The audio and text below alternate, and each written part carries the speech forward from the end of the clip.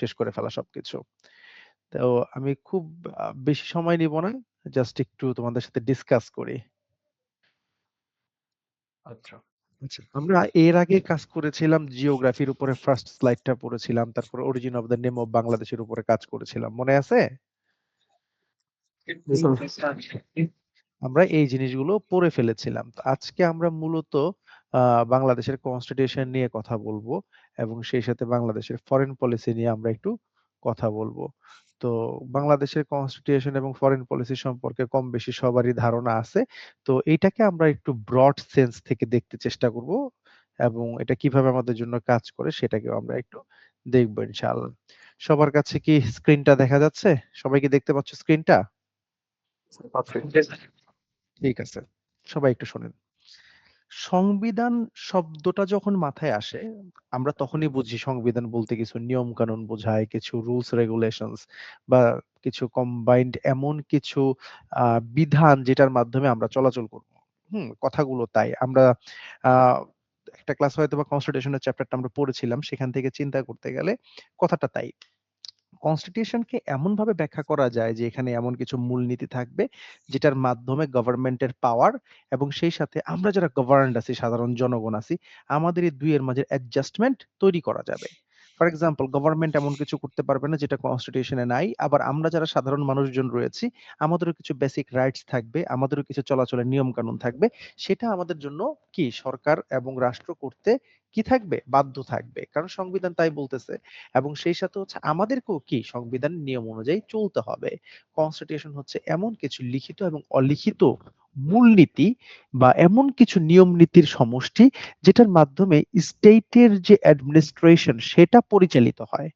অর্থাৎ সংবিধান যারা তারা স্টেট পরিচালিত হয়, গভর্নমেন্টও পরিচালিত হয়, পুরো রাষ্ট্রটাও পরিচালিত হয়। এই সাথে আমরা যারা মানুষজন রয়েছে তারাও কি এই নিয়ম কানুন মেনেই চলাচল করে থাকি। সংবিধান শব্দটা কি বোঝা গেল এখন? আচ্ছা, আমরা যদি বাংলাদেশের সংবিধানের দিকে তাকাই, আমি দেখি তো কেউ আসলে জয়েন করেছে কিনা। ফাইন, মোটামুটি ভালো স্টুডেন্টস আছে। আমরা যদি বাংলাদেশের সংবিধানের দিকে তাকাই তখন আমরা দেখব এটার মধ্যে বেশ কিছু টাইপস আছে। প্রথম যে টাইপ তার মধ্যে একটা হচ্ছে লিখিত সংবিধান। লিখিত সংবিধান বা রিটেন কনস্টিটিউশন বলতে কি বোঝায়? লিখিত সংবিধান বা রিটেন কনস্টিটিউশন বলতে বোঝায় এমন সংবিধান যেটাকে আমরা বই আকারে পেয়ে থাকি, সিরিজ অফ ডকুমেন্টস আকারে পেয়ে থাকি, এটা বুক আকারে পাওয়া যায়, বই আকারে পাওয়া যায়, অর্থাৎ লিখিত একটা ফর্মে কি আমরা আমাদের এই সংবিধানটাকে পেতে পারি। তো সেই দৃষ্টিকোণ থেকে বাংলাদেশের সংবিধান যেটা রয়েছে বা কনস্টিটিউয়েন্ট অ্যাসেম্বলি কর্তৃক আমাদের যে সংবিধানটা রচনা করা হয়েছে সেটা কিন্তু আমরা বলতে পারি লিখিত সংবিধান, কারণ আমরা আমাদের সংবিধানটাকে বই আকারে পেয়ে থাকি। আরেকটা আছে অলিখিত সংবিধান বা আনরিটেন কনস্টিটিউশন। আনরিটেন সংবিধান বা অলিখিত সংবিধান ঠিক লিখিত সংবিধানের উল্টাটা। সেটা কিরকম? এটা বলে এটা ড্রাফটেড না, ইনেক্টেড না, এটা কখনো লিখিত আকার ওইভাবে পাওয়া যায় না। সুতরাং ওই জায়গা থেকে চিন্তা করতে গেলে আমরা দেখব এটা কি লিখিত সংবিধান না। যে সংবিধান ড্রাফটেড না, ইনেক্টেড না, রিটেন না, বুক আকারে পাওয়া যায় না, সিরিজ অফ ডকুমেন্টস আকারে পাওয়া যায় না, ওই ধরনের সংবিধানকে বলা হয় অলিখিত সংবিধান। যেমন অনেকগুলো historical charter, customs, laws, convention এগুলোর উপর ভিত্তি করে কি অনেক সময় আমরা কি অনেক সংবিধান দেখি যেটা কিন্তু লিখিত না, হিস্টোরিক্যাল চার্টার উপর ভিত্তি করা হয়। যেমন ৬ দফা যেটাকে ম্যাগনা কার্টা বলা হয়, বিল অফ রাইটস, এগুলি সবই হচ্ছে কি অলিখিত সংবিধান। তারপরে হচ্ছে বাংলাদেশের সংবিধানের ক্লাসিফিকেশন। সবাই কি আমাকে শুনতে পাচ্ছ পরিষ্কারভাবে? শুনতে পাচ্ছি। ওকে। তারপর হচ্ছে আমরা যদি বাংলাদেশের সংবিধানের ক্লাসিফিকেশনের কথা চিন্তা করি তখন প্রথমেই হচ্ছে ফ্লেক্সিবল কনস্টিটিউশন। ফ্লেক্সিবল কনস্টিটিউশন হচ্ছে এমন কনস্টিটিউশন যেটাকে ইজিলি অ্যামেন্ড করা যায়। অর্থাৎ আমার রাষ্ট্রের প্রয়োজনে যদি কোনো সময় কোনো প্রকার অ্যামেন্ডমেন্ট আনা দরকার পড়ে, সংশোধনী আনা দরকার পড়ে, তখন এটাকে সংশোধন করা যাবে। সেই সংবিধানটাকে যদি ইজিলি করা যায়, ঠিক আছে? একটা সাধারণ একটা ল মেকিং প্রসিজার বা নিয়ম তৈরি করে সেটাকে যদি আমরা পরিবর্তন করে ফেলতে পারি খুব easily for the sake of the state, তাহলে সেই ক্ষেত্রে এটাকে বলা হয় ফ্লেক্সিবল সংবিধান। অর্থাৎ স্টেটের প্রয়োজনে রাষ্ট্রের স্বার্থে যেটাকে খুব ইজিলি পরিবর্তন করা যায়, সংশোধন করা যায়, সেই সংবিধানকে বলা হয় ফ্লেক্সিবল কনস্টিটিউশন। আমরা যদি সংসদে যাই, এমপি যারা থাকবে তাদের মেজরিটি পার্সেন্ট ভোটটা যদি বলে যে হ্যাঁ পরিবর্তন দরকার, সেই সময় আমরা ফ্লেক্সিবল সংবিধানটাকে খুব ইজিলি পরিবর্তন করে ফেলতে পারি। রিজিড সংবিধান হচ্ছে ফ্লেক্সিবলের ঠিক উল্টা। সেটা কিরকম? ফ্লেক্সিবল যেমন খুব ইজিলি পরিবর্তন করা যায়, সংশোধন করা যায়। আসলে রিজিড কনস্টিটিউশনটাকে ওইভাবে সহজে না, অতটা সহজে অ্যামেন্ড করা যায় না। এখানে কিছু নিয়ম কানুনের বেড়াজাল আছে। এইখানটার মধ্যে এই অ্যামেন্ডমেন্ট আনাটাও একটু ডিফিকাল্ট। বাংলাদেশেও এটা হয়। আমরা যদি বাংলাদেশের মধ্যে কোনো অ্যামেন্ডমেন্ট প্রসেসকে বাস্তবায়ন করতে যাই, তাহলে লেজিসলেচারকে কি করতে হবে? একটা অ্যামেন্ডমেন্ট বিলকে পাস করতে হবে। এবং সেখানটা এই বিলটা হতে হবে এরকম যে খুব স্পেসিফিক্যালি খুব বড় এবং মেজরিটি পার্সেন্ট ভোটটা পড়তে হবে এখানে পরিবর্তনের পক্ষে। তখন আমরা বলতে পারি যে হ্যাঁ, এটাকে আমরা পরিবর্তন করতে পারি। সুতরাং এইখানটার মধ্যে যদি তাকাই তাহলে আমরা বলতে পারি যে আমাদের এখানটার মধ্যে খুব ইজিলি পরিবর্তন করা যায় না। সংসদে ৩ ভাগের ২ অংশ ভোট পড়তেই হবে রিজিড সংবিধানকে পরিবর্তন করার ক্ষেত্রে। কথাটা কি বুঝা গেছে? তারপরে হচ্ছে ইভলভড সংবিধান আর ইনঅ্যাক্টেড সংবিধান। ইভলভড সংবিধান কোনটা? ইভলভড সংবিধানটা হিস্টোরিক্যাল ডেভেলপমেন্টের রেজাল্টের উপর ভিত্তি করে গড়ে ওঠে। ইভলভড সংবিধানটা হিস্টোরিক্যাল ডেভেলপমেন্টের রেজাল্টের উপর ভিত্তি করে ইভলভড সংবিধানটা গঠিত হয়ে থাকে। আর ইনঅ্যাক্টেড সংবিধান কোনটা? একটা পার্টিকুলার টাইম, একটা নির্দিষ্ট সময়ের জন্য যদি কোনো সংবিধানকে রচনা করা হয়, তখন সেটাকে বলা হয় ইনঅ্যাক্টেড সংবিধান। লিগ্যাল সংবিধান কোনটা? লিখিত উপাদান কর্তৃক যদি কোনো সংবিধানকে কনস্টিটিউট করা হয়, লিখিত উপাদান কর্তৃক যদি কোনো সংবিধানকে কনস্টিটিউট করা হয়, তখন সেটাকে বলা হয় লিগ্যাল সংবিধান। আর রিয়েল কোনটা?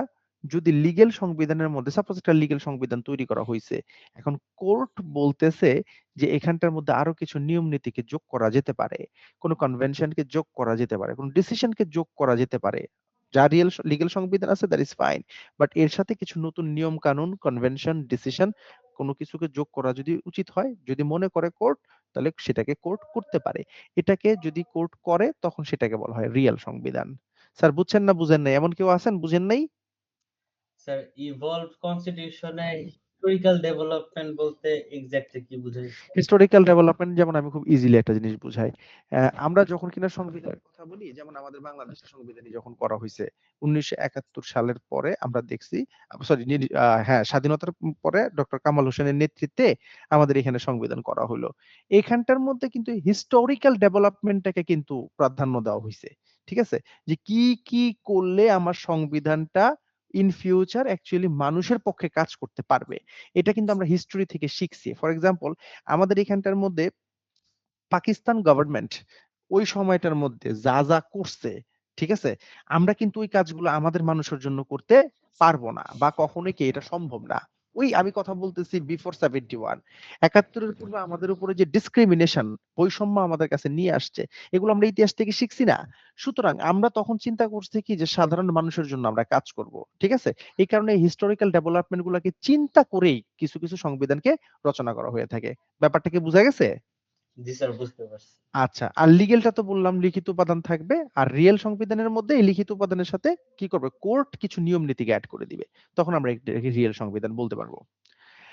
বাংলাদেশের সংবিধানকে যদি আমরা একটা নজরে তাকাই তাহলে আমরা দেখি যে বাংলাদেশের সংবিধানটা ন্যাশনাল অ্যাসেম্বলি কর্তৃক ১৯৭২ সালের ৪ নভেম্বর অ্যাডপ্ট করা হয়েছিল। এখানে ১১টা পার্ট ছিল। ১৫৩টা আর্টিকেলস, একটা প্রচ্ছদনা, ৭টা স্ক্যাজিডিউলস ছিল। রিপাবলিকের কথা বলা হইছে, টেরিটরি অফ দ্য রিপাবলিকের কথা বলা হইছে, স্টেট রিলিজিয়ন এর কথা বলা হইছে। স্টেট রিলিজিয়ন এবং সিটিজেনশিপ এই ২ টা জিনিস খুবই গুরুত্বপূর্ণ ব্যাপার। আমরা যখন স্টেট রিলিজিয়ন বা রিলিজিয়ন শব্দটাকে নিয়ে আসি, দেখো একটা ব্যাপার হচ্ছে কি, আমাদের এখানে যে, যে ধর্মেরই লোক থাকুক না কেন আমরা কিন্তু সবাই সমান। হিন্দু, মুসলমান, বৌদ্ধ, খ্রিস্টান আমরা যে ভাই-বোনই থাকি, আমরা সবাই কি একে অপরকে রেসপেক্ট করে চলবো। এই কথাটা কিন্তু সেকুলারিজমের মাধ্যমে বলা হচ্ছে যে আমাদের এখানটার মধ্যে সংখ্যাগরিষ্ঠ সংখ্যালঘু এটা হতেই পারে। একটা ধর্মের লোক বেশি, একটা ধর্মের লোক কম। এটা স্বাভাবিক একটা বিষয়। কিন্তু এর মানে এই না কেউ কাউকে অসম্মান করব বা কেউ কাউকে আ কোন কিছু থেকে বঞ্চিত করব। It is not that. To be honest, তুমি যেখানেই থাকো, যে ধর্মেরই থাকো, তোমার এই রাষ্ট্রের কাছে অনেক দায়বদ্ধতা আছে এবং এই রাষ্ট্র তোমাকে কি অনেক কিছু সুযোগ সুবিধা দিয়ে বেসিক রাইটস গুলাকে পূরণ করবে এবং সেই জিনিসগুলো কিন্তু সংবিধানও আমাদেরকে বলে দিচ্ছে। ফান্ডামেন্টাল প্রিন্সিপলস এর কথা বলে, ন্যাশনালিজম এর কথা বলে, ফ্রিডম অফ এক্সপ্লয়টেশন এর কথা বলে, ডেমোক্রেসি এবং হিউম্যান রাইটস এর কথা বলতেছে। আমরা যতই বলি গণতন্ত্রের কথা, এই গণতন্ত্রটুকু নিয়েই কিন্তু সবগুলো দল দেখবা যুদ্ধ করে। ব্যাপারটা এরকম। সবাই ডেমোক্রেটিক একটা স্টেট চায়, ডেমোক্রেটিক একটা নেচার চাচ্ছে। সব ঠিক আছে। হিউম্যান রাইটস এগুলি সব কিন্তু আমাদের এই সংবিধানের মধ্যে বলা আছে।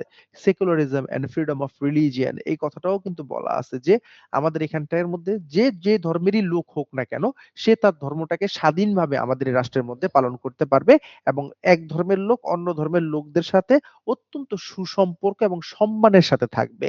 অর্থাৎ আমরা সবাইকে এখানটার মধ্যে ইকুয়ালি একে অপরের সাথে সৌহার্দ্য প্রীতি ভ্রাতৃত্ববোধ মেনটেন করেই চলবো।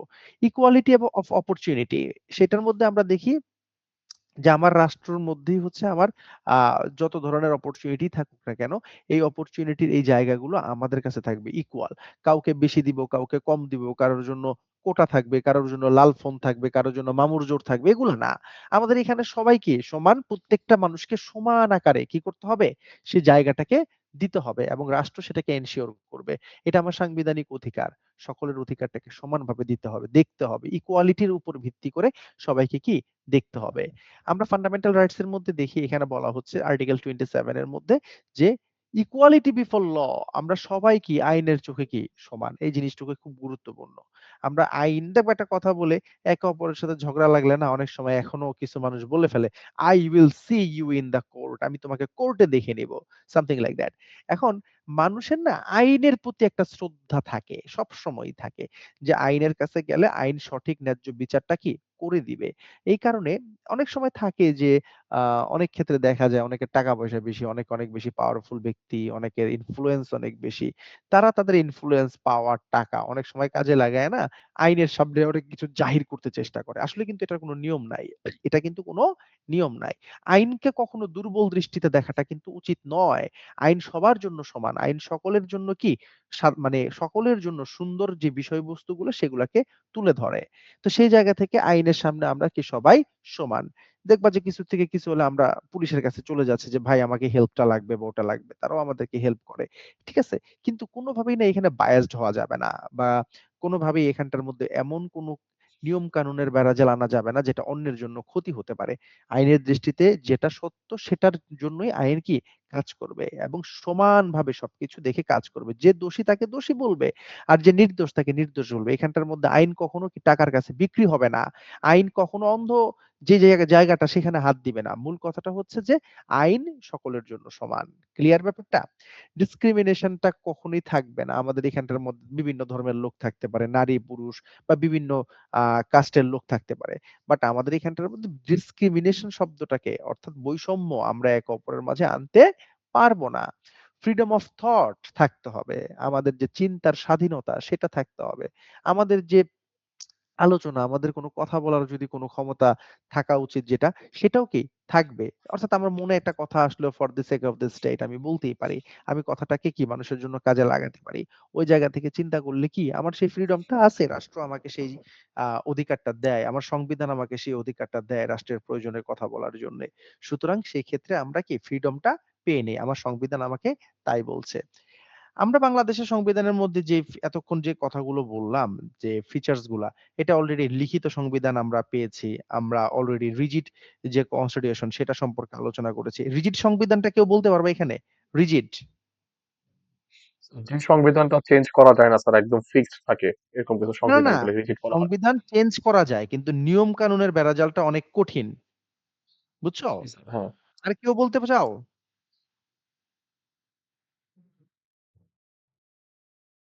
আর কেউ কিছু বলতে চাও? স্যার রিজিড কনস্টিটিউশন হচ্ছে মানে চেঞ্জ করাটা অন্য সকল কনস্টিটিউশন হচ্ছে একটু কঠিন। অনেক নিয়ম কানুন পার করে তারপর চেঞ্জ করতে হয়। হ্যাঁ। আর ফ্লেক্সিবল? খুব সহজ করা যায়। বুঝি নাই, বলো প্লিজ। খুব সহজেই চেঞ্জ করা যায়। সহজে চেঞ্জ করা যায়। আর স্যার রাষ্ট্রের প্রয়োজনে সেটা স্যার মানে যখন তখন চেঞ্জ করা পসিবল আর কি। মানে রিজিড কনস্টিটিউশনের মধ্যে এতটা টাফ না চেঞ্জ করা।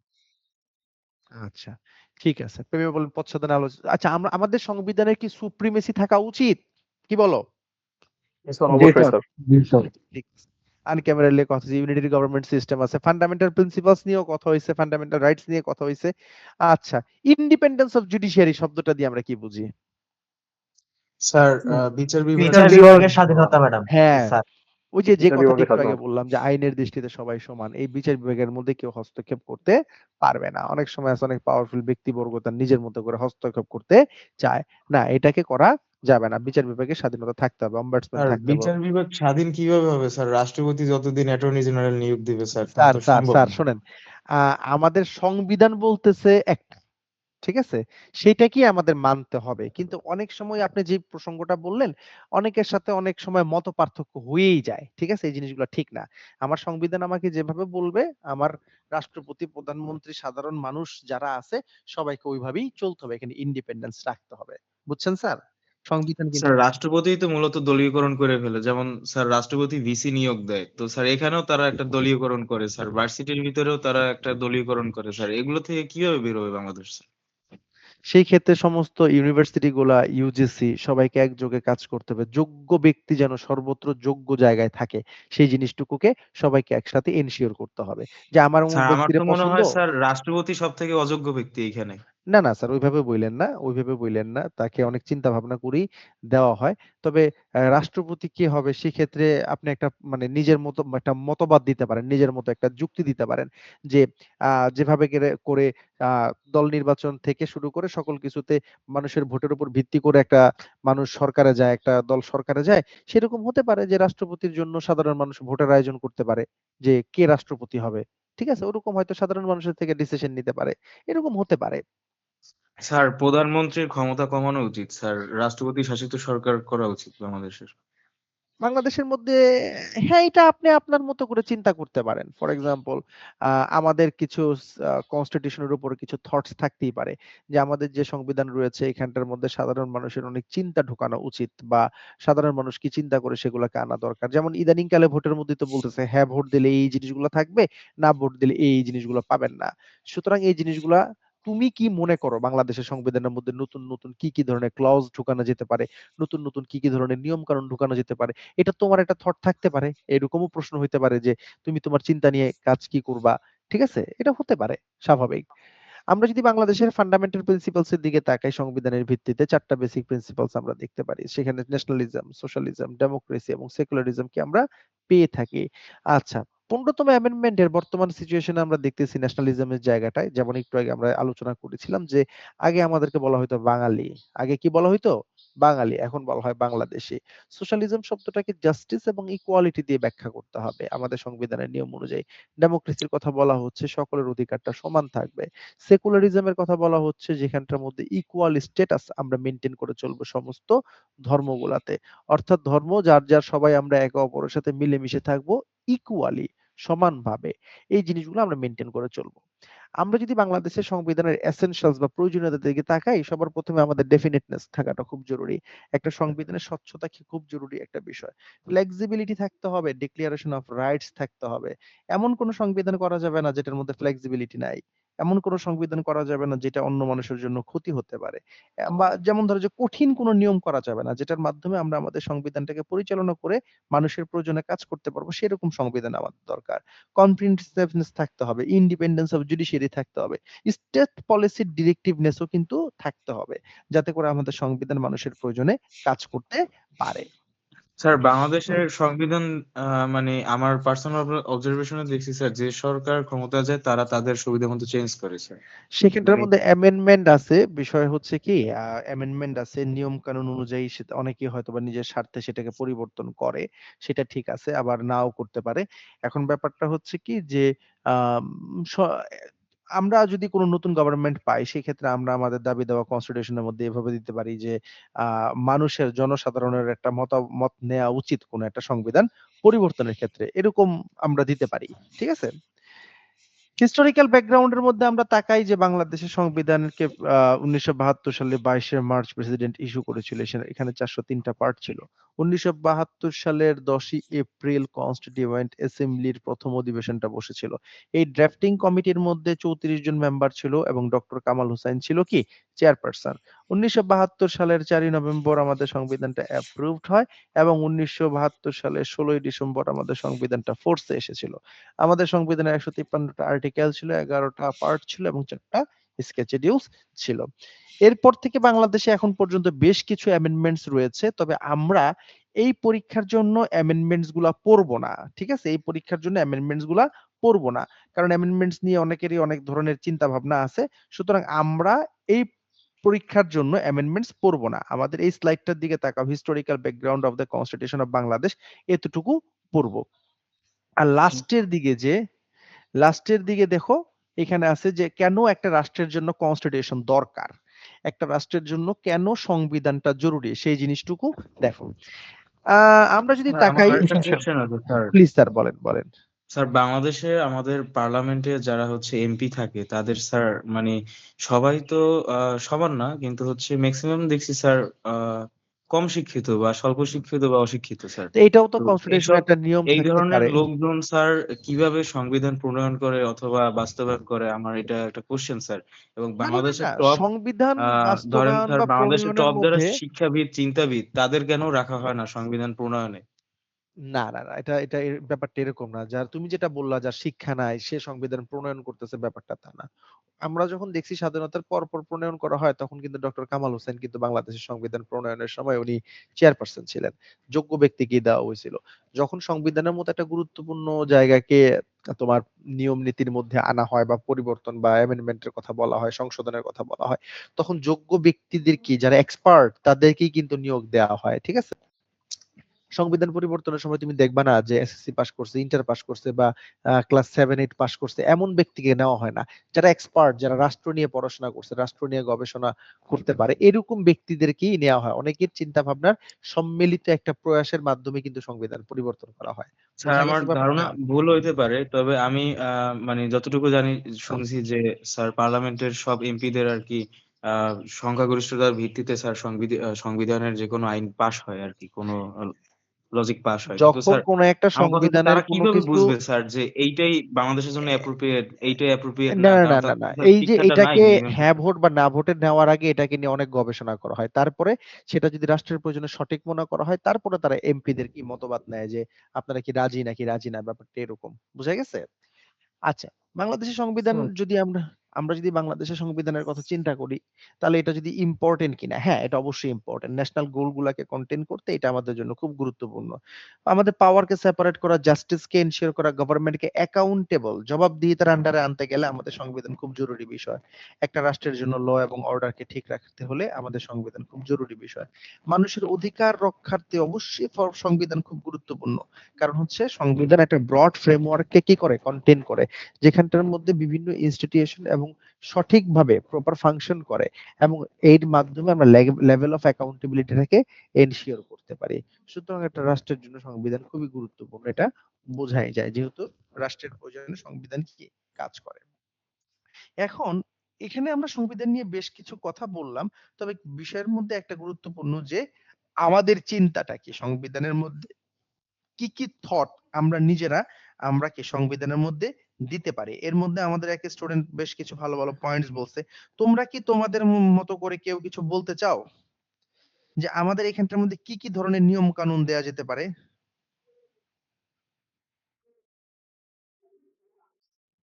স্যার আপনারা আপনাদের থটটা একটু বলেন তো, যেটার মাধ্যমে আমরা অ্যাকাউন্টেবিলিটি অথবা জাস্টিস অথবা মানুষের অধিকারের জন্য কাজ করতে পারি, যা সংবিধানে থাকা উচিত। আপনাদের কোনো মতবাদ বলবেন?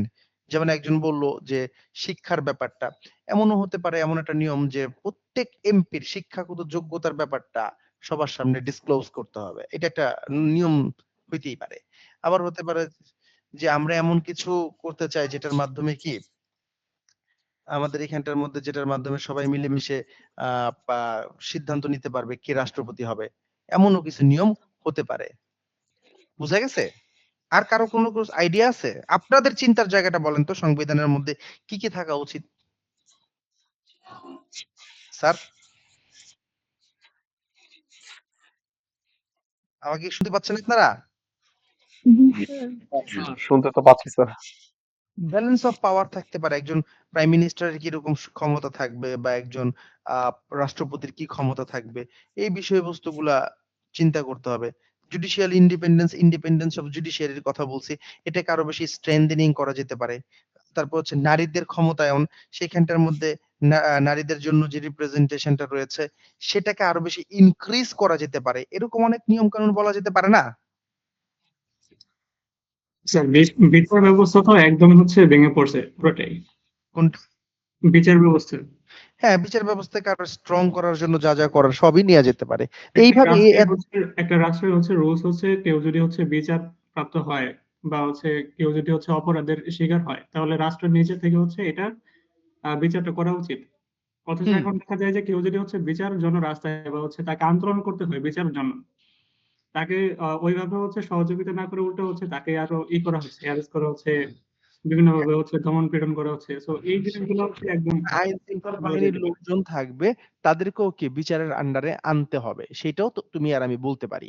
ঠিক আছে? স্যার, সরকারি জবের মতো স্যার রাজনীতির ক্ষেত্রেও স্যার রিটায়ারমেন্টের একটা বয়স থাকা উচিত স্যার। কিছু স্যার আপনার ভালো আ প্রস্তাব হ্যাঁ, যে অতিরিক্ত যারা বৃদ্ধ বা বর্তমানে স্যার যারা প্রবীণ নাগরিক আছে তারা স্যার তাদের আইকিউ একটু কম কাজ করে। তারা স্যার মনে করেন যে বর্তমান জেনারেশনের পালস বুঝে না স্যার। তাদের কিভাবে স্যার নেতৃত্বের জায়গায় বসানো না, আসলে এক্সপেরিয়েন্স এর যুক্তিযুক্ত একটা স্যার? ব্যাপার আছে। আসলে ব্যাপারটা তুমি যেটা বলছো যে অনেকে অনেক সময় বৃদ্ধ হয়ে যায়, বয়সের ভারে অনেক কিছু হতে পারে স্বাভাবিক। তবে এক্সপেরিয়েন্স এর একটা ব্যাপার আছে যে এক্সপেরিয়েন্স ব্যাপারটাকে ধরে রেখেই কিন্তু সামনে আগাতে হয়, কাজ করতে হয়। বুঝছেন স্যার? তবে সেই ক্ষেত্রে আমরা এক্সপেরিয়েন্সটা তাদের কাছ থেকে নিয়ে নিজেদের জীবনকে সুন্দর করতে পারি। তো আমরা আমাদের থট গুলো চিন্তা করলাম বাংলাদেশের সংবিধানে। এইবার যেটা নিয়ে কাজ করব সেটা হচ্ছে বাংলাদেশের ফরেন পলিসি। ফরেন পলিসি সম্পর্কে কারো কোনো আইডিয়া আছে? স্যার বাংলাদেশের ফরেন পলিসি হচ্ছে স্যার নতজানু ফরেন পলিসি। কি?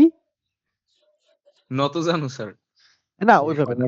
বাংলাদেশের ফরেন পলিসিটাকে মূলত কনসিডার করা হয় কমপ্লেক্স এবং ডাইনামিক পলিটিক্যাল কোর্স হিসেবে, যেটার মাধ্যমে স্টেট থেকে স্টেটের রিলেশনটা মেইনটেইন করা হয় এবং বাংলাদেশ বা যেই রাষ্ট্রই হোক না কেন তার ন্যাশনাল ইন্টারেস্ট, জাতীয় স্বার্থটাকে রক্ষা করে চলে। আমাদের এখানে ফরেন পলিসি হচ্ছে এমন একটা হুইল যেটার মাধ্যমে আন্তর্জাতিক রাজনীতিকে পরিচালনা করা হয় এবং ফরেন পলিসির মাধ্যমে এক্সটার্নাল এনভায়রনমেন্ট স্টেট কি করে এক্সটার্নাল এনভায়রনমেন্টকে মেইনটেইন করে চলে। ফরেন পলিসি সম্পর্কে former foreign minister mister Morshed Khan বলছে এটা এমন একটা ইফেক্ট বা ব্লুপ্রিন্ট যেটার মাধ্যমে আমরা অন্য রাষ্ট্রগুলোর সাথে বিশ্বের অন্যান্য রাষ্ট্রগুলোর সাথে ইন্টারাকশন মেনটেন করে চলি। প্রিন্স অটোভান বিসমার্ক এবং হ্যাঁ তার মত অনুযায়ী ফরেন পলিসিটা হচ্ছে যে extension of domestic policy. Henry Kissinger বলছে এটা খুব সিম্পলি ফরেন পলিসি আসলে সেখানেই শুরু হয় যেখানটার মধ্যে ডোমেস্টিক পলিসি শেষ হয়। এই জিনিসটা এখানটার মধ্যে। ফরেন পলিসির বেশ কিছু অবজেক্টিভস রয়েছে। তার মধ্যে একটা হচ্ছে সেলফ প্রিজার্ভেশন। আমরা যখন বাংলাদেশের ফরেন পলিসি করতে যাব, সেখানটার মধ্যে আমাকে ইন্ডিপেন্ডেন্স এবং সভারেনিটিকে মেইনটেইন করেই কি চলতে হবে।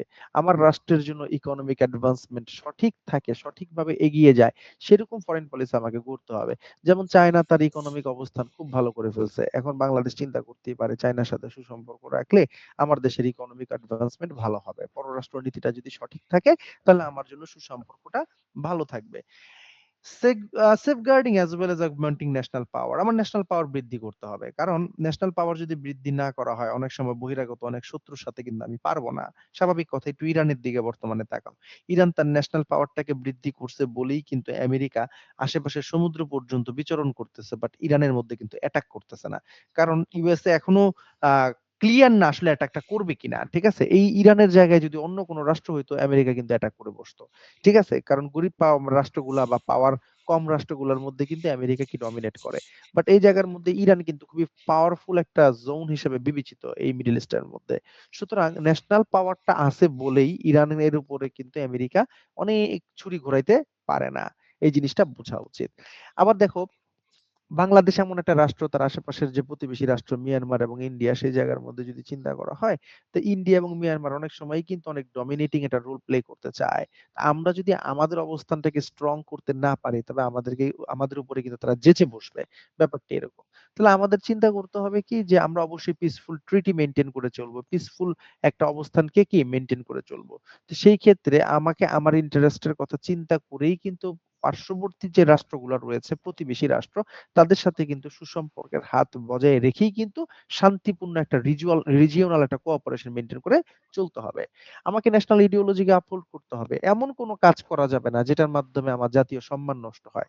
যেমন ধরো রোহিঙ্গারা যেভাবে নির্যাতিত হইছে মিয়ানমারের গভর্নমেন্ট কর্তৃক বা মিয়ানমারের শাসক গোষ্ঠী কর্তৃক, রোহিঙ্গাদের আন্তর্জাতিক মহলে যেইভাবে মানে দেখানো হইছে বা আন্তর্জাতিক মানুষজন বা আন্তর্জাতিক রাষ্ট্র মানে মহল যেভাবে রোহিঙ্গাদেরকে দেখছে আর যেভাবে তাদের উপর যে নির্যাতনের চিত্রগুলা সমগ্র বিশ্ব দেখছে, কারো কাছে কি মনে হয় মিয়ানমারের কোনো ন্যাশনাল প্রেস্টিজ বলতে কিছু আছে? ন্যাশনাল প্রেস্টিজ কিন্তু নষ্ট হয়ে গেছে। সুতরাং এই জায়গা থেকে চিন্তা করতে হবে যেই রাষ্ট্রই তার ফরেন পলিসি গড়ুক সেখানে যেন ন্যাশনাল প্রেস্টিজের উপরে কোনো আঘাত না আসে। ন্যাশনাল এবং ইন্টারন্যাশনাল কোঅপারেশনকে মেইনটেইন করে চলতে হবে এবং পলিটিক্যাল হারমোনিকে ডেভেলপ করতে হবে। গ্লোবাল পিসকে এনশিওর করতে হবে। কারণ আমি এমন কোন ধরনের নিয়ম নীতি বেড়াজাল বা এমন কোন ধরনের অবস্থান তৈরি করতে পারবো না যেখানে গ্লোবাল পিস কি মানে অশান্ত হয়ে যায়। যেমন তোমাদেরকে উদাহরণ দিই, নর্থ কোরিয়ার কথা বলি। নর্থ কোরিয়া কিছুদিন পর পরে বোমা বানায়, এটা বানায়, ওটা বানায়। সে বিশ্বের মাঝে প্রকাশ করতে চেষ্টা করতেছে। আজকে নিউক্লিয়ার টেস্ট করতেছে, আজকে ওটা করতেছে, সেটা করতেছে। মানে যাই বলুক না কেন, তারা কিন্তু মানে অনেক মানে আ ধ্বংসাত্মক কথাবার্তা অনেক সময় বলে ফেলে। এটা আবার আমেরিকার মাথা ব্যাথা হয়। নর্থ কোরিয়া কথা শুনছো তো তোমরা? উত্তর কোরিয়ার কথাবার্তা তো শুনছো? জি স্যার। আবার ধরো আ যেমন আমরা যদি বর্তমানে আমেরিকার কথাই বলি না কেন, আমেরিকা যেভাবে চলতেছে বা আমেরিকার প্রেসিডেন্টের যে কথাবার্তা, ট্রাম্প সাহেবের একদম ইরানের সাথে এটা করবে, ওটা করবে, অন্যান্য রাষ্ট্রগুলোকে যেমন ভেনেজুয়েলার উপরে যে কাজটা করলো অথবা গ্রিনল্যান্ডের উপরে যে কাজটা তাদের চিন্তা ভাবনা। এরকম জিনিসপত্রগুলা কিন্তু গ্লোবাল পিসকে এনশিওর করে না। গ্লোবাল পিসকে কি আরো নষ্ট করে। সুতরাং আমি একজন রাষ্ট্র হিসেবে, একটা রাষ্ট্র হিসেবে কখনোই বৈশ্বিক যে শান্তি নষ্ট হয় এমন কোনো কিছু করব না। আমরা সবসময় স্যার, টেরিটোরিয়াল নোবেল প্রার্থী বিজয়ী যারা হয় তারাও কি তেলবাজ হয় স্যার? মাচাদো তার শান্তির পিস প্রাইজ কেন স্যার ট্রাম্পকে উৎসর্গ করলো? এটা কিভাবে সম্ভব স্যার?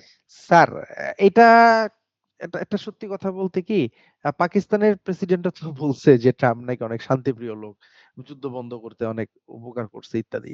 এখন মজার ব্যাপারটা হচ্ছে যে তার কি স্বার্থ ছিল সেটাও দেখা উচিত, তারে দেয়া কি বলানো হয়েছে কিনা অথবা সে কি চাপে পড়ে বলছে কিনা, কেন যে সেই কথা বলছে, অবশ্যই তো কোনো না কোনো কারণ আছে। কারণ একটা নরমাল একটা ওয়ার্ডও তো অনেক বিশাল বড় হয়ে যায়, তাই না? ওই জায়গা থেকে চিন্তা করলে যেমন তোমারে আর আমারে যদি প্রশ্ন করা হয় যে সাপোজ আমি আর তুমি নোবেল প্রাইজ পাইলাম। সাপোজ আমি আর তুমি নোবেল প্রাইজ কি জীবনে ট্রাম্পের উৎসর্গ করব? আমি কি না। কথাটা বুঝাইতে পারছি? জীবনও না। মুখে বলা এক জিনিস, আবার কাজে প্রমাণ করা আরেক জিনিস। ঠিক আছে? স্যার, সুতরাং যে ভেনেজুয়েলার প্রেসিডেন্টরে উঠাই আনতে পারে সে কেন স্যার ফিনল্যান্ডে আক্রমণ করতে পারে না নোবেল প্রাইজের জন্য স্যার? বুঝলাম না। হ্যাঁ, এটা তো অনেক ধরনের প্রশ্ন। এই সমস্ত কাজগুলাই তো গ্লোবাল পিস নষ্ট করে। তো সুতরাং আমি যখন ফরেন পলিসি করতে যাব, তখন এমন কোনো কিছু করা যাবে না যা গ্লোবাল পিসকে এনশিওর মানে এমন কোনো কিছু এনশিওর করে না বা গ্লোবাল পিস বা বৈশ্বিক শান্তি নষ্ট করে এমন কোনো কিছু করা যাবে না যা ফরেন পলিসিতে থাকবে না। মানে এমন ফরেন পলিসিতে থাকবে এমন কোনো কিছু আমরা করব না। টেরিটোরিয়াল ইন্টিগ্রিটি মেইনটেইন করে চলবো এবং মাল্টিল্যাটারালিজম, টেরোরিজম খুব গুরুত্বপূর্ণ একটা চ্যাপ্টার বর্তমানে। যে আহ, বিশ্বের সবার জন্য টেরোরিজম ব্যাপারটা কি অত্যন্ত কঠিন একটা ব্যাপার। আমরা যাতে টেরোরিজমটাকে কি কেউ সাপোর্ট না করি, সকল রাষ্ট্রগুলো একসাথে মিলে টেরোরিজমের বিরুদ্ধে যুদ্ধ করি। রেমিটেন্স তো বুঝো যারা কিনা মানে আমাদের বাংলাদেশ থেকে যে মিডল ইস্টে বা বিভিন্ন রাষ্ট্রের মধ্যে কাজ করে তারা যখন টাকা পাঠায় তখন সেটাকে বলা হয় রেমিটেন্স। তা আমরা বহির্বিশ্বের মানুষগুলোর সাথে বা রাষ্ট্রগুলোর সাথে সুসম্পর্ক মেনটেন করে চললে আমাদের রেমিটেন্স আমরা ঠিক রাখতে পারবো এবং ইন্টেলেকচুয়াল ইনভেস্টমেন্ট ঠিক রাখতে পারবো। কারণ রাষ্ট্রগুলোর সাথে সুসম্পর্ক মেনটেন না করলে আমাদের লোক তো তারা নিবে না। ইন্টারন্যাশনাল সাপোর্ট ঠিক রাখতে হবে, মার্কেটকে এক্সপেন্ড করতে হবে, ট্রেডকে প্রমোট করতে হবে।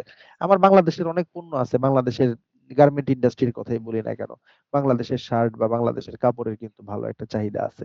তা আমাদের বাংলাদেশের কাপড় বা শার্ট যদি আমরা সেল করতে চাই তখন কিন্তু দেখা গেছে যে আমাকে অন্যান্য রাষ্ট্রগুলোর সাথে সুসম্পর্ক মেনটেন করে চলতে হবে। তখন তারা কিন্তু আমাদেরকে অনেক বেশি সুযোগ দিবে যাতে আমরা আমাদের পণ্যগুলাকে তাদের বাজারে ঢুকাতে পারি। তো ফরেন পলিসির মাধ্যমে আমরা আমাদের স্বার্থটাকে মেনটেন করে চলবো। বাংলাদেশের ফরেন পলিসি প্রিন্সিপালস এর দিকে যদি তাকাই তাহলে দেখতে হবে যে বাংলাদেশ সব সময় ইউএন চার্টারের নিয়ম নীতি বা মূলনীতিগুলা মেনে চলে, ন্যামের মূলনীতিগুলা মেনে চলে এবং কনস্টিটিউশনাল ডিক্লারেশন মেইনটেইন করে চলে এবং এমন কোনো কিছু বাংলাদেশ করে না যেখানটার মধ্যে অন্য রাষ্ট্রের প্রতি কি রেসপেক্ট থাকবে না। অর্থাৎ বাংলাদেশ সবসময় চেষ্টা করে অন্য রাষ্ট্রগুলোর সাথে রেসপেক্ট, সৌহার্দ্য প্রীতি বা সম্মানের জায়গাটাকে মেইনটেইন করে চলতে। নন ইন্টারফেয়ারেন্স মেইনটেইন করতে হয়। অর্থাৎ আমরা যখন চিন্তা করব অন্য রাষ্ট্রগুলাকে নিয়ে সেই জায়গাটার মধ্যে মানে ইকুয়ালিটি এবং নন ইন্টারফেয়ারেন্স মেনে চলতে হবে। আমরা অন্য দেশের অভ্যন্তরীণ ব্যাপারে কি নাক গলাবো না। যদি কোনো স্যার সমস্যা অন্য দেশ হয়েই যায়। যখন বাংলাদেশের অভ্যন্তরীণ ব্যাপারে নাক গলায় স্যার সেক্ষেত্রে বাংলাদেশের পররাষ্ট্রনীতি কি বলে? আচ্ছা, প্রথম কথা হচ্ছে যদি অন্য কোনো রাষ্ট্র এমন কোনো কাজ করে থাকে সেটাকে বলা হয় ফরেন পলিসির নিয়ম নীতিকে ভঙ্গ করা। কোনো একটা স্টেটমেন্ট যদি দিয়ে থাকে সেক্ষেত্রে বাংলাদেশ গভর্নমেন্টের পক্ষ থেকে সেই রাষ্ট্রের যদি এম্বাসি থাকে এম্বাসির প্রতিনিধির কাছে চিঠি পাঠাইতে পারে, চিঠি বিনিময় করতে পারে এবং সেটাকে নিন্দা প্রকাশ করতে পারে, সেটা পিসফুলি সমাধান করতে পারে। কথাটা কি বুঝা গেছে? স্যার কিন্তু বাংলাদেশের কখনোই কি পররাষ্ট্র মন্ত্রণালয়ের স্যার নিন্দা জানানো ছাড়া আজ পর্যন্ত কোনো স্টেপ নিতে দেখিনি। আ তুমি বোধহয় জানো না রিসেন্টলি কিন্তু ইন্ডিয়াতে বেশ কিছু চিঠি চালাচালি হইছে। ঠিক আছে? যে তুমি দেখো নাই সেটা হচ্ছে তোমার একান্ত ব্যক্তিগত মানে তথ্য। কিন্তু তুমি যদি মানে সঠিক তথ্যগুলো যাচাই বাছাই করো, আ দেখবা যে মিয়ানমারও যদি উল্টাপাল্টা কোনো কথা বলে থাকে মিয়ানমারের ওখানে কিন্তু চিঠি পাঠানো হইছে। এগুলা কিন্তু প্রমাণ আছে। বাংলাদেশের পক্ষ থেকে ইন্ডিয়ার মাঝেও কিন্তু বেশ কিছু চিঠি এবার যে ক্রিকেট পাঠানো টিমকে হইছে। স্যার ইন্ডিয়া যাইতে দেয় নাই স্যার, এটাও স্যার একটা হার্ড স্টেপ ছিল স্যার। হ্যাঁ? স্যার এবার মিয়ানমারের যে ক্ষেত্রে স্যার ক্রিকেট মাঝে টিমকে স্যার মধ্যে স্যার ইন্ডিয়া যাইতে দেয় নাই স্যার, আমরা তো অল্টার স্যার মিয়ানমারে স্যার চিঠি পাঠাই কিন্তু স্যার মিয়ানমার তো মাঝে মধ্যে স্যার মোটর শেল বোমা টোমা আমাদের এরিয়ার ভিতরে হ্যাঁ, পাঠায় এই স্যার এই এটা বিষয়বস্তুগুলো স্যার বলে। সম্পূর্ণরূপে তাদের যে কি বলে তাদের যে সিকিউরিটি ফোর্স আছে তাদেরকে জানানো হয়। সিকিউরিটি যারা গার্ড আছে আমাদের যেমন আমাদের আছে বিজিবি, তাদের যেভাবে আছে নাসাকা বা তাদের বিভিন্ন ধরনের বাহিনী আছে। তাদেরকে জানানো হয় এগুলা যেন না হয়। তখন এই বিষয়বস্তুগুলা কিন্তু আমাদের জন্য খুব ক্ষতির কারণ হয়। তবে এটা নিয়ে তার যুদ্ধ স্টার্ট করা যায় না। এগুলাকে পিসফুল বা শান্তিপূর্ণ সেটেলমেন্ট এর মাধ্যমে কি সমাধান করতে হয়। যুদ্ধই তো সকল কিছু সমাধান নয়। তবে সেই ক্ষেত্রে আমরা যদি পতাকা বৈঠক করতে পারি, আমরা আমাদের চিঠি চালাচালি করতে পারি, আমরা যদি তাদের প্রতিনিধি দলকে বাংলাদেশে রাখতে পারি এবং তারা যদি ইনভাইট করে বাংলাদেশের প্রতিনিধি একটা দল তাদের দেশে যেতে পারে, তখন এই পারস্পরিক বিষয়বস্তু যেগুলাকে বলা হয় ডিসপিউটের বিষয়বস্তু সেগুলাকে আলোচনার মাধ্যমে সমাধান করতে হয়। ঠিক আছে? এই কারণে বলা হয় পিসফুল সেটেলমেন্ট। এটা হচ্ছে ১ম প্রায়োরিটি। তারপরে অন্য কিছু। ক্লিয়ার ব্যাপারটা? আমরা যখন এইটাই হচ্ছে প্রতিবেশী যে রাষ্ট্রগুলা থাকবে তাদের সাথে সুসম্পর্ক বিদ্যমান রেখে যদি আমরা চলতে চাই তো ফরেন পলিসির যে স্ট্র্যাটেজি থাকে অর্থাৎ আমাদের রিজিওনাল অ্যাক্টিভিটিতে আমাদের যে পার্শ্ববর্তী রাষ্ট্রগুলা থাকবে সেখানটার মধ্যে পিসফুল সেটেলমেন্ট আমাদেরকে মেইনটেইন করে চলতে হয়। সেটার মাধ্যমেও কিন্তু আমরা আমাদের রিজিওনাল পিস এনশিওর করতে পারি। ব্যাপারটা পরিষ্কার? এবং কি জি আমরা স্যার। ইউএন চার্টারের যে প্রিন্সিপালস এবং ল রয়েছে সেগুলাকে মেইনটেইন করে চলবো।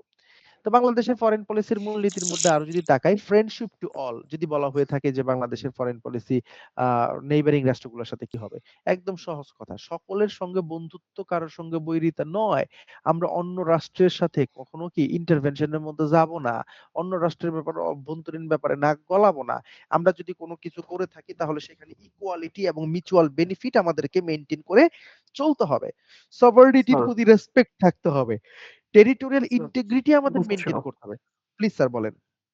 স্যার এই পলিসি গুলো কি বাইরের দেশের কান্ট্রি গুলোর জন্য কি সেম? মানে যেহেতু বলতেছে যে অন্য কোনো কান্ট্রির সাথে আমরা মানে কোন রকম ইয়াতে জড়াবো না, মানে যুদ্ধ তো বিগ্রহ। সবার জন্যই তাই। অনেক ক্ষেত্রে মোর অর লেস সবার জন্যই তাই। যে বাংলাদেশ যদি অন্য রাষ্ট্রের অভ্যন্তরীণ ব্যাপারে নাক না গলায়, অন্য রাষ্ট্রগুলো তো বাংলাদেশের ব্যাপারে কি অভ্যন্তরীণ ব্যাপারে কিন্তু ওইভাবে তারাও নাক গলাতে পারবে না। এটাই কিন্তু ফরেন পলিসির প্রিন্সিপাল এর মধ্যে অন্যতম সেরা একটা প্রিন্সিপাল। ক্লিয়ার ব্যাপারটা? যেমন ইন্ডিয়া অনেক বেশি নাক গলায় আমাদেরকে নিয়ে। এগুলা কিন্তু ফরেন পলিসির মাধ্যমে কিন্তু কখনোই কি গ্রহণযোগ্য নয়। আমরা যদি কখনো কোনো কাজ করতে যাই ইকুয়ালিটি এবং মিউচুয়াল বেনিফিট আমাদেরকে মেইনটেইন করে চলতে হবে। ঠিক আছে? স্যার যেমন আমি আমরা একটু কেন কোনো স্টেপ নিতে পারি না স্যার যে ইন্ডিয়া আমাদের সাথে যে অবিচারটা করে আসলে স্যার এটা স্যার আমি কোনো একটু স্টেপ আগে আমরা ওটার নিতে ব্যাখ্যা পারবো না? দিয়েছি। দেখো ইন্ডিয়া খুব বড় একটা স্টেট। এমন একটা স্টেট যে ইন্ডিয়ার সাথে আমাদের কিন্তু যুদ্ধ করে কোনো কিছু করা সম্ভব না। তবে সেই ক্ষেত্রে আমরা কি করতে পারি আমাদের যে অধিকারটা, আমাদের যে ন্যাশনাল ইন্টারেস্টটা সেটাকে যাতে আমরা মেইনটেইন করে চলতে পারি সেটা হবে আমাদের মেইন টার্গেটটা। কিন্তু সকল সময় যুদ্ধই তো কি সমাধান নয়। আমাদের যদি কোনো ইস্যু হয়ে থাকে সেক্ষেত্রে আমরা গোল টেবিল বৈঠক করতে পারি। করে আমরা কি আলোচনার মাধ্যমে সেগুলাকে সমাধান করতে পারি। যেমন বর্তমানে ইন্ডিয়া এবং বাংলাদেশের মধ্যে দা-কুমড়া সম্পর্ক চলতেছে। ইভেন তুমি টি-20 ওয়ার্ল্ড কাপের কথাই চিন্তা করো না কেন, ঠিক আছে? এগুলা কিন্তু পলিটিক্যাল কারণেই কিন্তু এই বিষয়বস্তুগুলা এরকম করা হচ্ছে। কেনই বা তারা মুস্তাফিজকে না করবে, কেনই বা তারা ইয়ে করে দিবে। এই স্যার বিষয়বস্তুগুলো কিন্তু আন্তর্জাতিক এভাবে আদালত হচ্ছে। বলে তো একটা জিনিস আছে, কিন্তু ইন্টারন্যাশনাল ল স্যার আছে, হ্যাঁ। ইন্ডিয়া আজকে স্যার বড় দেখে কি স্যার তার জন্য বিচার সমান না? বিচার তো হইছে। যেমন ধরো যে আমাদের সমুদ্র সীমা নিয়ে ঝামেলা ছিল না? তো ওই সময়টার মধ্যে কি আমরা ইন্টারন্যাশনাল কোর্টে যাই কি সমুদ্র সীমার যে দ্বন্দ্বটা সেটা সমাধান করছি না আমরা? স্যার ২-১ টা জিনিস স্যার সমাধান হয়, কিন্তু স্যার মেক্সিমাম জিনিসই তো স্যার আর তো কিছু করার মেক্সিমাম থাকে না জিনিসের স্যার। জন্য সময় দিতে হবে। সেরকম লিডারস আমাদের দরকার। charismatic লিডারশিপ আমাদের দরকার। তাহলেই তো আমরা এখানটার মধ্যে কাজ করতে পারবো, তাই না? আমরা জি স্যার। সবসময় চেষ্টা করব রিজিওনাল এই এলাকা ভিত্তিক বা আমাদের যে নেইবারিং কান্ট্রিজ গুলো রয়েছে তাদের সাথে একটা পিসফুল কোএক্সিস্টেন্স যাতে মেইনটেইন করে চলতে পারি সেটাকে আমরা দেখব সবসময়। তো যখন আমরা বাংলাদেশের ফরেন পলিসি ডিটারমিনেন্ট এর দিকে তাকাই তখন আমরা ইন্টারনাল কিছু ডিটারমিনেন্টস এবং এক্সটার্নাল কিছু ডিটারমিনেন্টস এর দিকে লক্ষ্য রাখি। যেমন আমাদের ডিটারমিনেন্টস এর মধ্যে আমরা পাই বাংলাদেশের যে সাইজ সেটা একটা ছোট একটা সাইজ কিন্তু অনেক রাষ্ট্র আছে অনেক বড়। ঠিক আছে? তারা এই কারণে কিন্তু অনেক সময় অনেক বেশি প্রেশার করতে পারে। ঠিক আছে? যেমন ইন্ডিয়া প্রেশার ক্রিয়েট করে অনেক ক্ষেত্রে। কারণ তারা তাদের পপুলেশন, তাদের সাইজ, তাদের ইকোনমি সকল কিছু আমাদের থেকে বিশাল। সুতরাং ওই জায়গা থেকে তারা চিন্তা করে। জিওগ্রাফি একটা ব্যাপার আছে, কালচার এবং হিস্টরি থাকতে হবে। অর্থাৎ একটা রাষ্ট্র যখন কিনা তার মতো করে ফরেন পলিসি পরিচালনা করতে যাবে, অন্য রাষ্ট্রগুলো চিন্তা করে এই রাষ্ট্রের সাথে সম্পর্ক রাখতে গেলে তার অতীত ইতিহাস কি?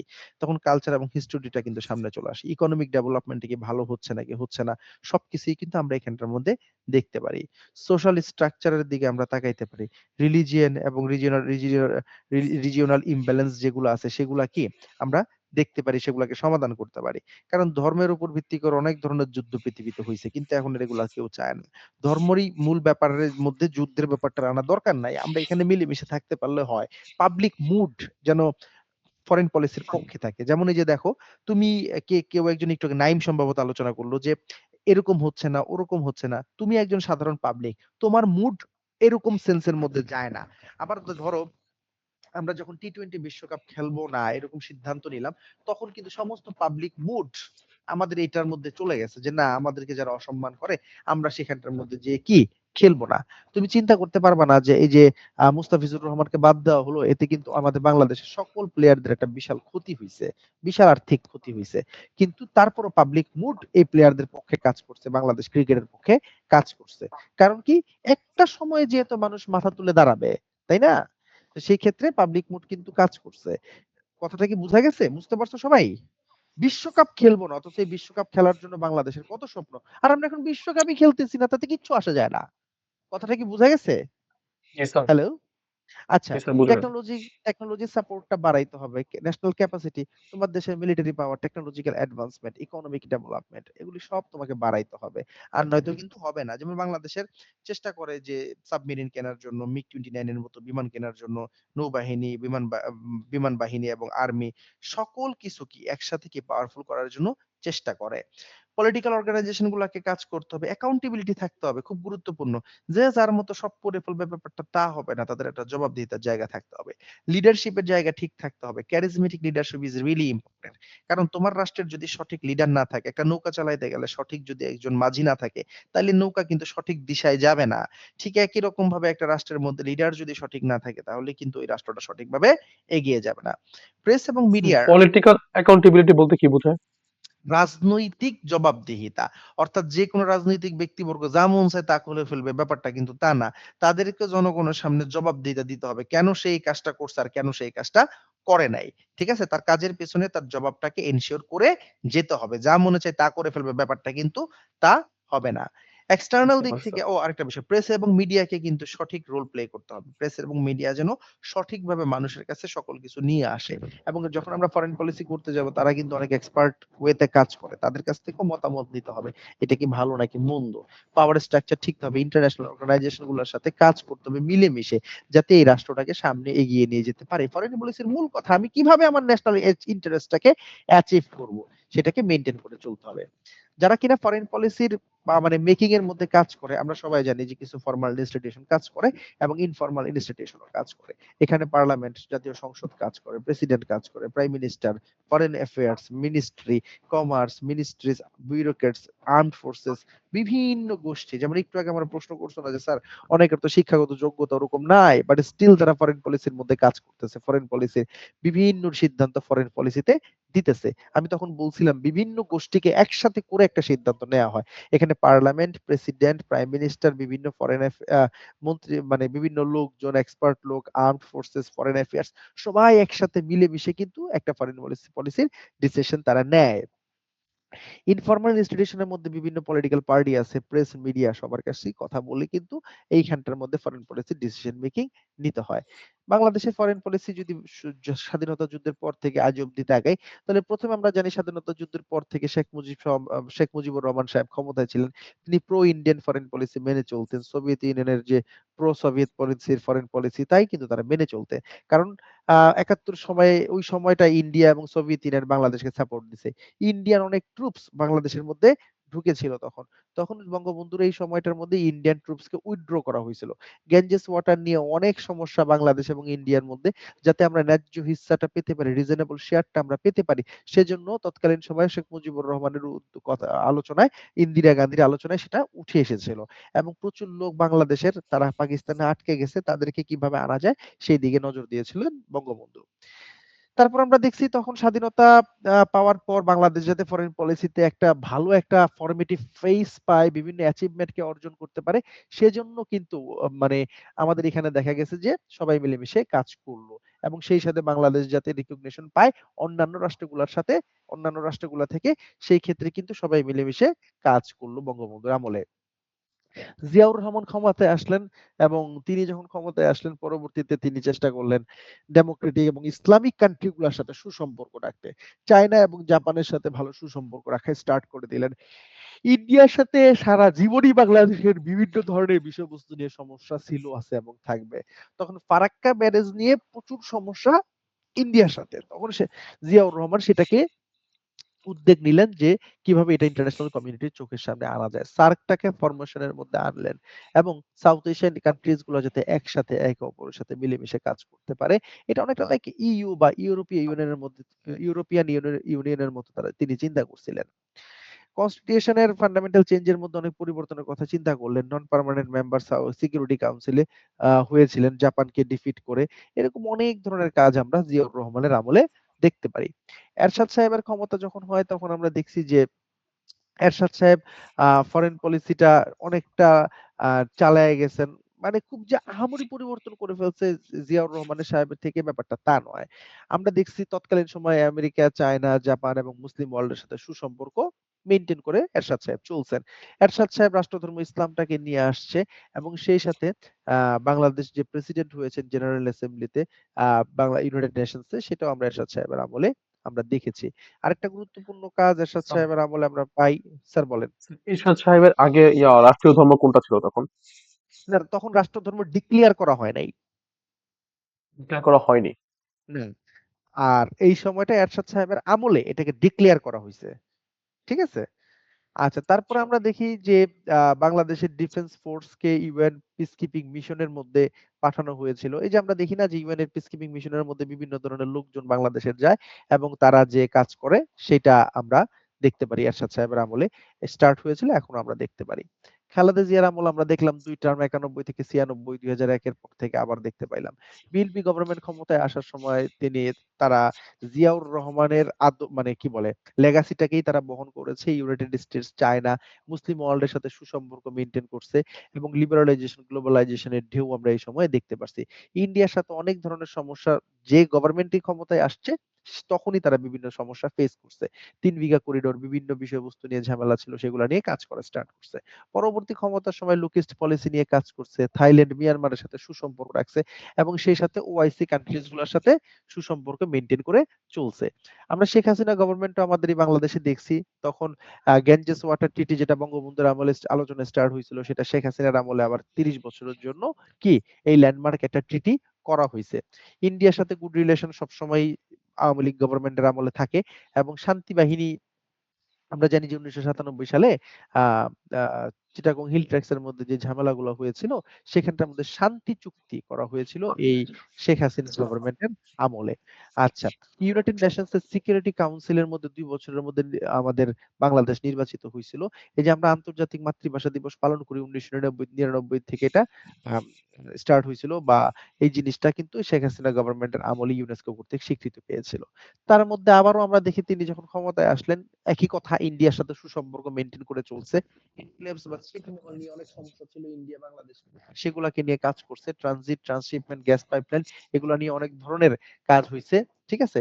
সেই সাথে আমরা দেখছি যে আ ঢাকা মস্কো রিলেশনটা আবার স্ট্রং হইছে, এবং সেই সাথে আ এমওইউ সাইন হয়েছে, সেটা কাউন্টার টেররিজম এর এগেইনস্ট এ রাশিয়ার সাথে হইছে। হিলারি এবং ডক্টর ইউনূসের ব্যাপারগুলো আমরা দেখতে পারি তখন খুব মানে আ মাথাচাড়া দিয়ে ওঠে, এবং সেই সাথে ইন্টারন্যাশনাল মাইগ্রেশন এবং রেমিটেন্স এর ব্যাপারটা যাতে আরো স্ট্রং হয়, সেই দিকে আমরা দেখছি হাসিনা নজর দিয়েছে। এবং আমরা দেখেছি যে মিয়ানমার যেভাবে রোহিঙ্গাদেরকে কচুকাটা করছে, হত্যা করছে, সেই জায়গায় এই রোহিঙ্গা ইনফ্লাক্সটা কিন্তু আবারও কি মাথাচাড়া দিয়ে ওঠে এই সময়টার মধ্যে। আরেকটা গুরুত্বপূর্ণ চ্যাপ্টার আমরা হাসিনার আমলে দেখতে পারি যে তার আমলে ২০১৭ সালে প্যালেস্টাইনের প্রেসিডেন্ট মোহাম্মদ আব্বাস বাংলাদেশে এসেছিল। ঠিক আছে? এই জিনিসগুলো আমরা এই সময়টার মধ্যে দেখতে পারি। তারপরে আমরা যতই বলি না কেন, বিভিন্ন গভর্নমেন্ট বিভিন্ন সময় এসেছে, সেই জায়গাটার মধ্যে যে বাংলাদেশের ফরেন পলিসির কিছু চ্যালেঞ্জেস তো আছে। রোহিঙ্গা ক্রাইসিস, বাংলাদেশ মিয়ানমার সম্পর্কে একটা বিশাল সমস্যা। রিলিজিয়াস ইনটলারেন্স অনেকটা ছিল। ক্রিটিক্যাল রিলেশনশিপ ইন্ডিয়া এবং বাংলাদেশের মধ্যে এখন তো বিশাল, এবং সে সাথে আমরা দেখি যে ইনইকুইটেবল ডিস্ট্রিবিউশন তো রয়েছেই বিভিন্ন সম্পদের মধ্যে। কোনোভাবেই কি আমরা তাদের কাছ থেকে সঠিক কোনো বিচার পাই না, সঠিক কোনো চিন্তা ভাবনা পাই না। সবকিছু তাদের। ইন্ডিয়ার চিন্তাটা হচ্ছে সবকিছু তাদের, বাংলাদেশের কিচ্ছু নাই। মিসট্রাস্ট এবং মিসআন্ডারস্ট্যান্ডিংস তো আছেই, এবং ফরেন ট্রেড এর মধ্যে অনেক ধরনের প্রেশার তো আছে। মানি লন্ডারিং, ডিপ্লোম্যাটিক মিশনস এর মধ্যে আমাদের অনেক শর্টেজ আছে। যোগ্য লোক অনেক সময় নিয়োগ দেওয়া হয় না। যোগ্য পারফেক্ট লোক এর অভাব রয়েছে। সেই বিষয়বস্তুগুলা কিন্তু আমরা বাংলাদেশের ফরেন পলিসির মধ্যে দেখতে পারি। ক্লিয়ার ব্যাপারটা? সুতরাং বাংলাদেশের ফরেন পলিসিটা বিশাল ভূমিকা রেখে চলে, যাতে আমরা নেইবারিং কান্ট্রি গুলোর সাথে সুন্দর একটা সুসম্পর্ক মেইনটেইন করে চলতে পারি। এখন তোমরা অনায়াসে চাইলেই কিন্তু লিখতে পারো যে বাংলাদেশের ফরেন পলিসির মাধ্যমে কিভাবে আমরা বিভিন্ন রাষ্ট্রের সাথে সুসম্পর্ককে মেইনটেইন করে চলতে পারি। কথাটা কি বুঝা গেছে স্যার? স্যার একটা কোশ্চেন ছিল স্যার। Please sir. স্যার বলেন। স্যার, আ আমরা সবসময় দেখতে পারি যে যেকোনো দেশের যেকোনো ক্রিমিনাল ক্রাইম করে এক দেশ থেকে অন্য দেশে চলে পালিয়ে গেলে, যায়।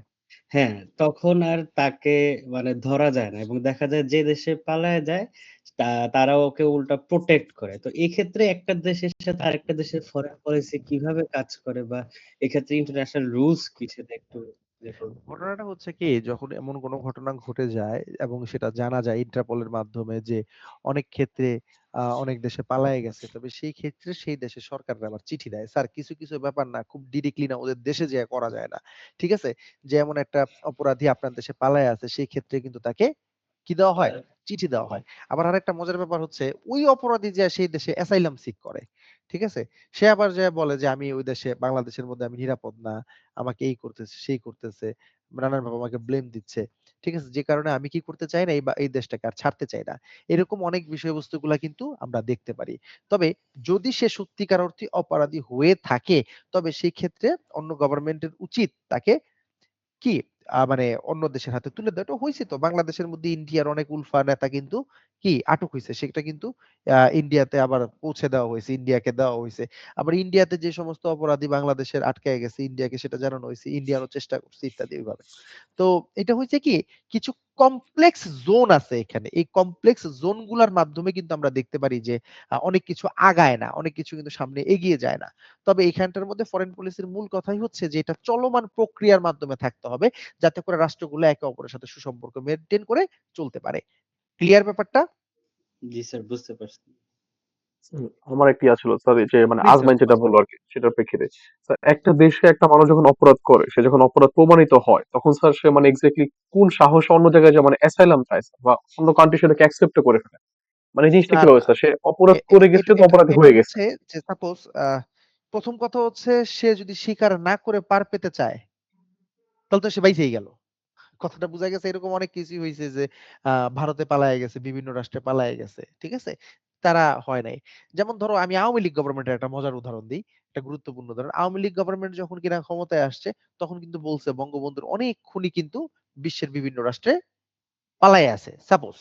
এখন আওয়ামী লীগ গভর্নমেন্ট কিন্তু প্রচুর চেষ্টা করছে যে বঙ্গবন্ধুর খুনিদেরকে ফিরিয়ে আনার জন্য। অনেকেরই কিন্তু আনতে পারে নাই। 90% যারা অপরাধী ছিল তাদেরকে কিন্তু আনতে পারে নাই। ঠিক আছে? ব্যাপারটা এরকম। এটা আওয়ামী লীগের প্রেক্ষাপটে আমি বলতেছি। আচ্ছা। তো এখন এইখানটার মধ্যে যে বললাম ফরেন পলিসি মেইনটেইন করতে গেলে অনেক কমপ্লেক্স ওয়েব মেইনটেইন করে চলতে হয়, অনেক কমপ্লেক্সিটি মেইনটেইন করে চলতে হয়। যাতে করে আমরা ন্যাশনাল ইন্টারেস্টটাকে অ্যাচিভ করি। তবে ফরেন পলিসি সবসময় কি একটা আলোচনার প্রক্রিয়ার মাধ্যমেই থাকবে।